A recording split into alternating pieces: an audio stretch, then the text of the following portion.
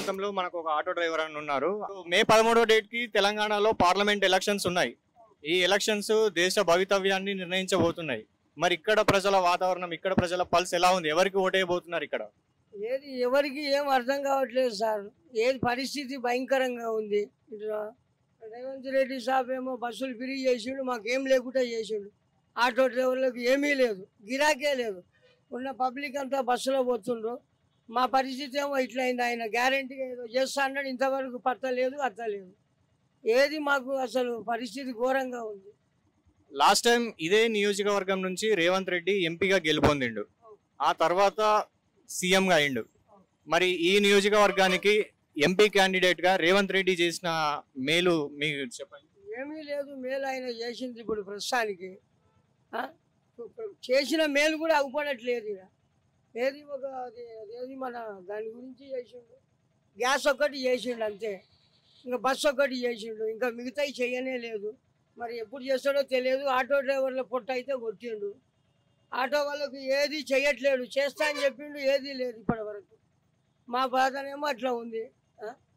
మా పరిస్థితి బాగాలేదు.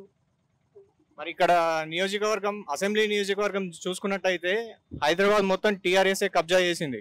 7 సీట్లు కైవసం చేసుకుంది. రాష్ట్రం అంతటా కాంగ్రెస్ వచ్చినప్పటికీ మరి ఈసారి మీ ఓటు ఎవరికి ఉండబోతుంది?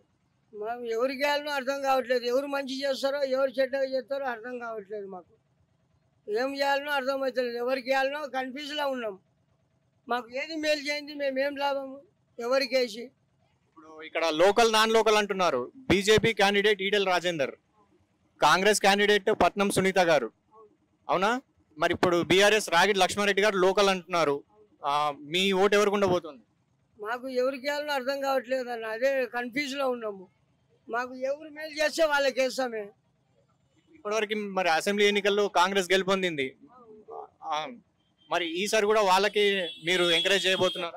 ఎట్లా అవుతుందో చెప్పలేము. అది గాలి ఎటు దూకుతుందో తెలియదు, ఎట్లా అవుతుందో కూడా తెలియదు మనకు.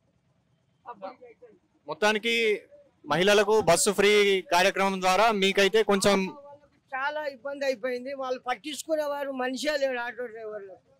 అది మెయిన్. అసలు వాళ్ళ పొట్ట కొట్టి అంత ఇబ్బంది చేసి ఏదేదో చేస్తున్నాడు రేవంత్ రెడ్డి సాబ్. ఇంతవరకు మాకు ఏదీ లేదు. ఆయన ఒప్పుకున్న ఏది ఒకటి కూడా మాకు ఆటో డ్రైవర్లకు ఏది ఒకటి ఒప్పుకున్నాడు కానీ ఏం సపోర్ట్ చేయట్లేడు ఆయన. ఇప్పుడు గెలిచి కూడా 3 నెలలు అయిపోయాయి. ఆటో డ్రైవర్లకు అయితే మరీ ఘోరంగా ఉంది. ఎండకు గిరాకులు లేక చాలా ఇబ్బందులు పడుతుంది. బస్సుల వల్ల ఎఫెక్ట్ పడింది మాకు.